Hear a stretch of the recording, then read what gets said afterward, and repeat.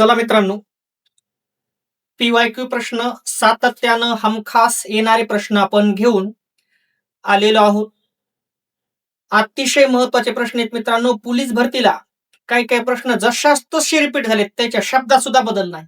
म्हणून कमी टाइममध्ये आपण जास्त प्रश्न सॉल्व्ह करणार आहोत. पहिला प्रश्न आहे, करीजे, बोलीजे आणि जाईजे अशी क्रियापदाची रूपे कोणत्या प्रयोगाच्या उपप्रकारात आढळतात?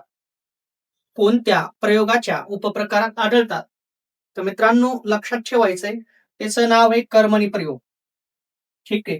कर्मणी प्रयोगामध्ये जुना जुना कर्मणी प्रयोग असते आणि त्याचे हे प्रकार आहेत. म्हणजेच कर्मणी प्रयोगामध्ये जुना कर्मणी प्रयोग आहे आणि ही जुना कर्मणी प्रयोगाचीच उदाहरणे आहेत. तो काय कर्म करी जेले लघु लेखराने वगैरे वगैरे. ठीक आहे.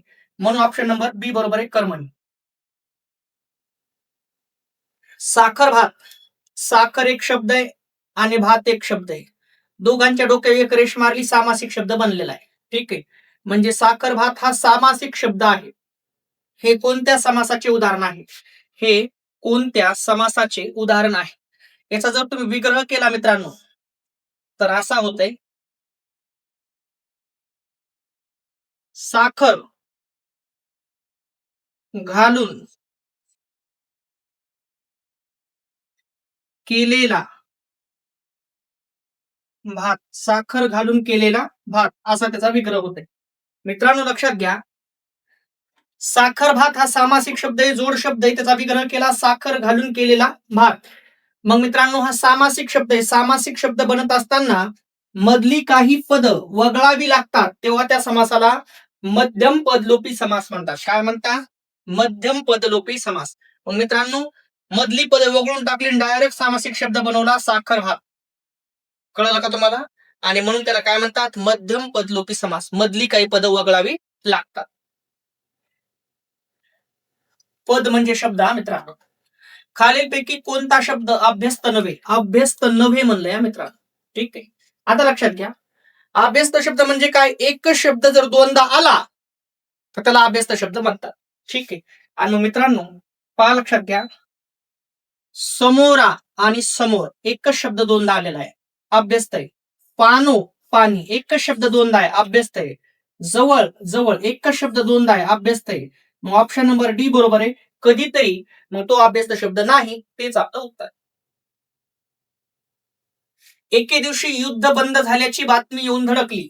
या वाक्यातील विधेय विस्तार कोणता ते सांगा. ठीक आहे मित्रांनो, धडकली हे क्रियापद आहे. ठीक आहे. धडक हा मूळ धातू आहे. धडक हा मूळ धातू आहे. ठीक आहे. आता एक लक्षात घ्या, ओळखायला काय सांगितले मित्रांनो? विधेय विस्तार ओळखायला सांगितले. काय ओळखायला सांगितले? विधेय विस्तार. लक्षात ठेवायचे तुम्ही.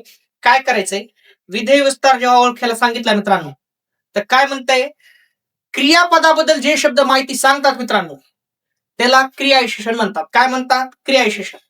आणि वाक्यातली क्रियाविशेषण ओळखायचे आणि त्याला विधेय विस्तार म्हणायचं. संपला. आणि मग एके दिवशी युद्ध बंद झाल्याची बातमी येऊन धडकली. ठीक आहे मित्रांनो, प्रश्न विचारू आपण, केव्हा धडकली? एके दिवशी. मग केव्हाच उत्तर क्रियाविशेषण असते बघा. ठीक आहे. विधेय विस्तार ओळखत असताना आपण क्रियाविशेषण शोधायलो. ठीक आहे. मग एके दिवशी युद्ध बंद झाल्याची बातमी येऊन धडकली. ठीक आहे. मग केव्हाच उत्तर क्रियाविशेषण असते. त्याचबरोबर कशी धडकली रे? कशी धडकली? येऊन. मग हे पण क्रियाविशेषण. ठीक आहे. आणि मित्रांनो मग एके दिवशी न सुद्धा धडकली बद्दल माहिती दिली आणि येऊन न सुद्धा धडकली बद्दल माहिती दिली. थोडक्यात क्रियापदाबद्दल माहिती दिली. ते कशामुळे कळालं? केव्हा आणि कशी. आणि जे वाक्यातली क्रियाविशेषण शोधायची त्याला विधेय विस्तार म्हणून टाकायचं. आणि मग येऊन एके दिवशी ऑप्शन नंबर सी बरोबर. मोरांच्या ध्वनीला काय म्हणतात? मोरांच्या ध्वनीला काय म्हणतात म्हणते? तर मित्रांनो त्याला केकारो म्हणतात. काय म्हणतात? केकारो. त्याची आई जाईच्या मांडवाखाली फुले वेचत होती. या वाक्यातील शब्दयोगी अव्यय ओळखा. मित्रांनो शब्दाला जोडून येणाऱ्या अव्ययाला शब्दयोगी अव्यय असं म्हणतात. आणि मग त्याची आई मांडवा खाली, मग खाली ही शब्दयोगी अव्यय. Option number D. शब्दाला जोडून आले बघा ना, मांडव या शब्दाला जोडून आले. शाबास, भले, वाहवा ही कोणती केवल प्रयोगी अव्यय आहेत? ही कोणती केवल प्रयोगी अव्यय आहेत? तर मित्रांनो ती आहेत प्रशंसादर्शक केवल प्रयोगी अव्यय. प्रशंसा, शाबास, त्याचबरोबर भले, वाहवा. ठीक आहे. जेव्हा आपण एखाद्याचं काम करतो, लहानपणी एखाद्या मोठ्या व्यक्तीचं आपण काम करायचो त्यावेळेस ते म्हणायचे बघा, शाबास, खूप छान काम केलंस, म्हणजे प्रशंसा केली मित्रांनो. ठीक आहे. मग प्रशंसादर्शक केवल प्रयोगी अव्यय आहे ते. खाई त्याला खवखवे, म्हणजे जे करील ते त्याला ती चिंता वाटणार आहे. या म्हणीचा विरुद्ध अर्थाची म्हण. तर मित्रांनो, ज्याला कर नाही त्याला डर कशाला, विरुद्ध अर्थाची म्हण विचार. ठीक आहे. मग खाई त्याला खवखवे, जे करीन त्याला त्याची चिंता वाटणार आहे. मग त्याच्या विरुद्धार्थी काय, कर नाही त्याला डर कशाला. मला गेह नाही, मला गेह नाही, गेह नाही म्हणजेच काय? हा, या वाक्यातील गेह या शब्दाचा अर्थ सांगा. तर मित्रांनो त्याचा अर्थ होतोय गृह. ठीक आहे. दुसऱ्याच्या सांगण्याप्रमाणे वागणारी व्यक्ती या शब्दसमूहास योग्य शब्द ओळखा. तर मित्रांनो त्याला म्हणतात कळसूत्री बाहुले. काय म्हणतात? कळसूत्री बाहुले. उड्डाण,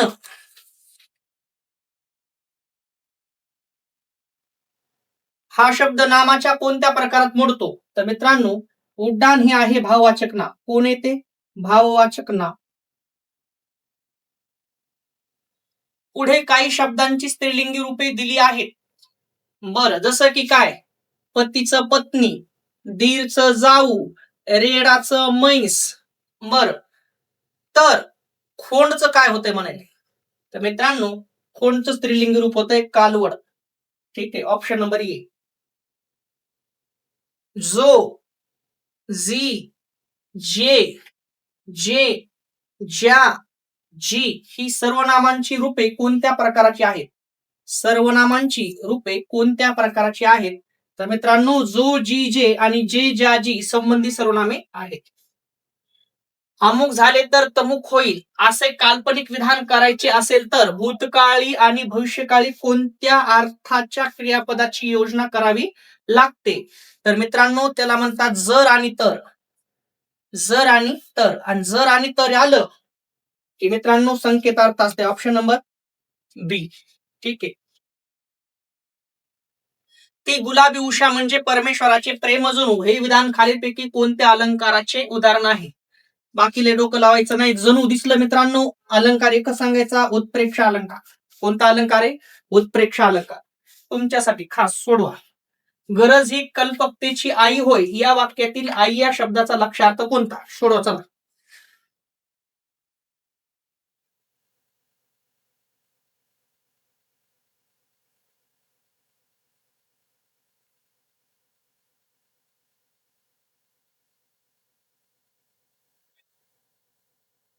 गरज ही कल्पकतेची आई होय या वाक्यातील आई या शब्दाचा लक्षार्थ, आई या शब्दाचा लक्षार्थ. ठीक आहे मित्रांनो, लक्षात घ्या. तुम्हाला एखादी गोष्ट बोलली की त्याच्यावरून तुम्हाला एक गोष्ट लक्षात येते, त्या लक्षात येणाऱ्या गोष्टीला लक्षार्थ म्हणतात. उदाहरणार्थ म्हणलं या ताटावर बसा, मग तुमच्या लक्षात येते ताटावर बसायचं नसते, ताटाच्या शेजारी बसायचं असते. मग ताटा शेजारी याला लक्षार्थ म्हणतात. आमच्या घरावरून हत्ती गेला, मग घरावरून हत्ती गेला नाही तुमच्या लक्षात येते, तुम्हाला लक्षात येते यांच्या घराच्या समोरून हत्ती गेलाय, मग घराच्या समोरून हे लक्षार्थ आहे. ठीक आहे. मग तसंच गरज ही कल्पकतेची आई होय या वाक्यातील आई या शब्दाचा लक्षार्थ कोणता होतोय? तर उत्पत्तीचे कारण, उत्पत्तीचे कारण. ठीक आहे. कमळ या शब्दाचा समानार्थी नसलेला शब्द, समानार्थी नसलेला शब्द ओळखा. नलिनी, नीरज, पद्म हे तिघही त्याच्या समानार्थी आहेत. ऑप्शन नंबर डी बरोबर आहे. वायस, आणि वायस म्हणजे कावळा. तिने आधी सर्वांना घरात बोलावून जेवायला वाढले कारण जेवण वेळ टळून चालली होती. मित्रांनो असे दोन वाक्य आहेत बघा. दोन वाक्य कारण जोडेत. कारण हे कारण बोधक उभयान्वयी अव्यय आहे. कारण बोधक आणि कारण बोधक गौणत्वाचा प्रकार आहे. गौणत्व सूचक, गौणत्व सूचक. उभयान्वयी अव्यय. ठीक आहे. मित्रांनो, कारणबोधक, गौणतसूचक, उभयान्वयी, अव्यय जेव्हा अशी दोन वाक्य जोडते का, त्या वाक्याचा प्रकार मिश्र बनत असते. काय बनतंय? मिश्र. चमचम. चमचम. चमचम हे कोणत्या प्रकारचे क्रिएशन आहे? हे कोणत्या प्रकारचे क्रिएशन आहे? तर मित्रांनो, ते आहे अनुकरण दर्शक. कशामुळं काय ते आपण पाहूया. ठीक आहे. मी तुम्हाला म्हणलं काच. चमचम. चमकते. मग चमकते क्रियापद आहे. चमक मूळ धातू आहे. याला प्रश्न विचारा, कशी चमकते? कशी चमकते? चमचम. कसाचं उत्तर असतंय? क्रियाविशेषण. मित्रांनो, काय असतंय? क्रियाविशेषण. पण चमचम ध्वनीची निर्मिती आहे दोन शब्दामधून, म्हणून हे मित्रांनो अनुकरण दर्शक क्रियाविशेषण. ठीक आहे. तूकडे या शब्दाला षष्ठीचा प्रत्यय लावल्यावर त्याचे रूप का कसे होईल? तूकडे होईल का नाही? तूकडे होईल का नाही? तुझ्याकडे होईल का? 100%. हे होत नाही मित्रांनो, वाटते तुझ्याकडे. तुझ्याकडे कसं होईल? तुझ्याकडे. ठीक आहे. मग झा, झी, झे. मग सा, छी, चेच कार्य करतात. झा, झी, झे कोणाचं कार्य करतात? चा, ची, चेच. म्हणून उत्तर दिलं काय? उत्तर हो सी. पुढील नामाचा प्रकार ओळखा. चांगुलपणा. मित्रांनो, पणा आला की डायरेक्ट भाववाचक नाम सांगायचं. पणा हे प्रत्यय, पणा प्रत्यय आला की काय सांगायचं? भाववाचक नाम.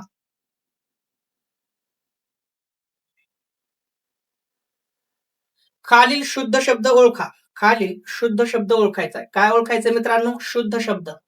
ठीक आहे. तर मित्रांनो, ऑप्शन नंबर पहिलेच बरोबर आहे. शुश्रूषा. क्ष आणि ज्ञ. क्ष आणि ज्ञ यांना कोणती व्यंजने म्हणून ओळखले जाते? त्यांना संयुक्त व्यंजने म्हणतात. काय म्हणतात? संयुक्त व्यंजने. असला नवरा नको ग बाई या वाक्यातील असला हा शब्द कोणत्या विशेषण प्रकारातील आहे? बर मित्रांनो, नवरा हे नाम आहे. नवरा हे नाम आहे. असला शब्दानं नवराबद्दल माहिती दिली म्हणून विशेषण आहे. कोण आहे? विशेषण आहे. परंतु मित्रांनो लक्षात ठेवा, असला हा शब्द हा पासून बनलेला आहे. कयापासून बनलेला आहे? हा. आणि हा तर सर्वनाम आहे. मग सर्वनामापासून विशेषण बनलंय, म्हणून मित्रांनो